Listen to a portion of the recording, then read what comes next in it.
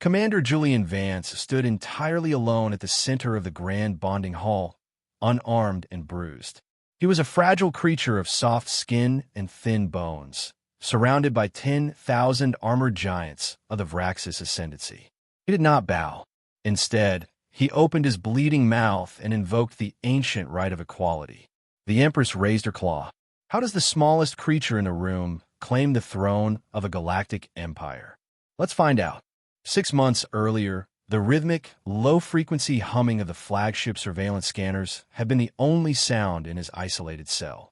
He had been waiting to die. The integration decree had arrived on Terra Prime Overwatch like a death sentence. Minister Alara Trent had slid the datapad across a steel table, her hands shaking.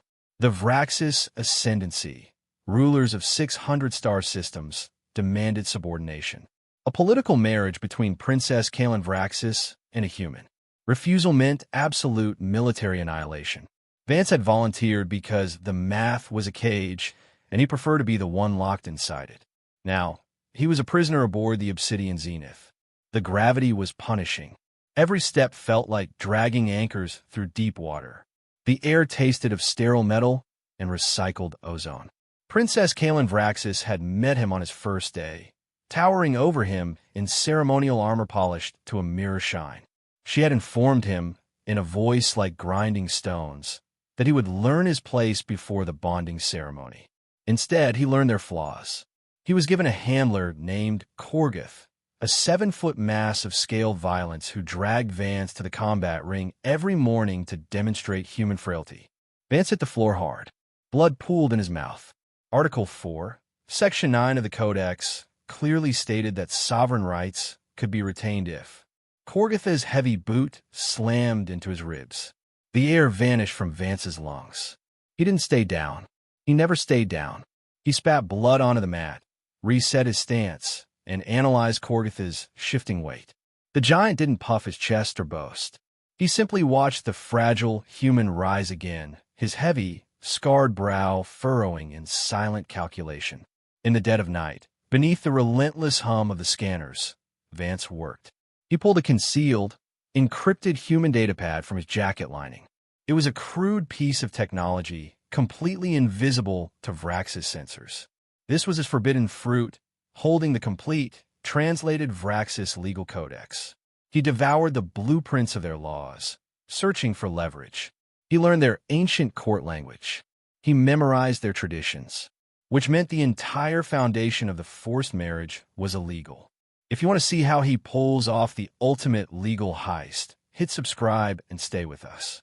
Humanity had recently developed a medical compound used across the galaxy, under Vraxis law, that made them a sovereign contributor species, immune to forced absorption. The Ascendancy had simply buried the paperwork. Vance knew he could not just present the evidence. He had to survive long enough to force them to look at it. He didn't just study. He observed. He watched the sifi technicians, a conquered species, scurrying through the dark corridors.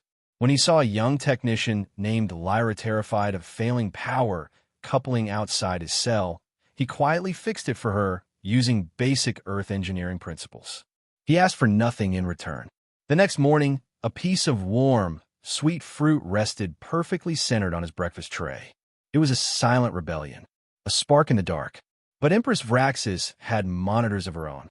She discovered his access to the historical archives. She didn't wait for the bonding ceremony to break him. 3 days before the event, she invoked a challenge of fitness, a brutal gladiatorial trial designed to legally eliminate weak candidates. She tossed him into the belly of the ship. Condensation formed on the cold metal walls of the arena's holding cell, dripping in a slow, agonizing rhythm as the roars of the crowd vibrated through the floorboards. He secured the thin, flexible undersuit the Earth delegation had secretly smuggled to him. It wouldn't stop a blade, but it would regulate his heart rate. Then the iron gates opened. The air was thick with the smell of scorched ozone and alien blood. They sent apex predators into the artificial jungle biome. Scaled beasts, 6-legged nightmares with jaws that could crush starship hulls, and venomous ether vipers that hunted by echolocation. A human couldn't fight them. His bones would snap like dry twigs under their mass. He had to outthink them. Using nothing but broken stones, fibrous vines ripped from the artificial jungle, and his profound understanding of territorial boundaries, Commander Julian Vance engineered a brutal chain reaction of rockfalls and toxic pollen bursts that drove the engineered apex predators into a blind, self-destructive frenzy. He survived. He walked out of the biome covered in gore that wasn't his. Korgith, watching from the guard tiers, stopped sneering. The entire arena fell into a stunned, suffocating silence as the human refused to collapse. Battered, bleeding, and exhausted, he was dragged directly from the blood-soaked sand to the grand bonding hall for final judgment. And now, bleeding on the polished floor of the Apex Citadel, he didn't wait for their verdict. The Empress raised her claw to silence him, but the words were already echoing off the dark stone. He presented the medical data. He named the officials who had buried humanity's sovereign filing.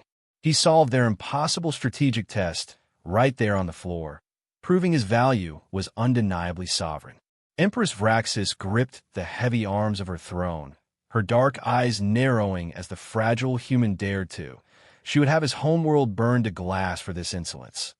No, she must maintain the illusion of absolute legal control. The law was the law. The council voted. The bond of equality was sealed.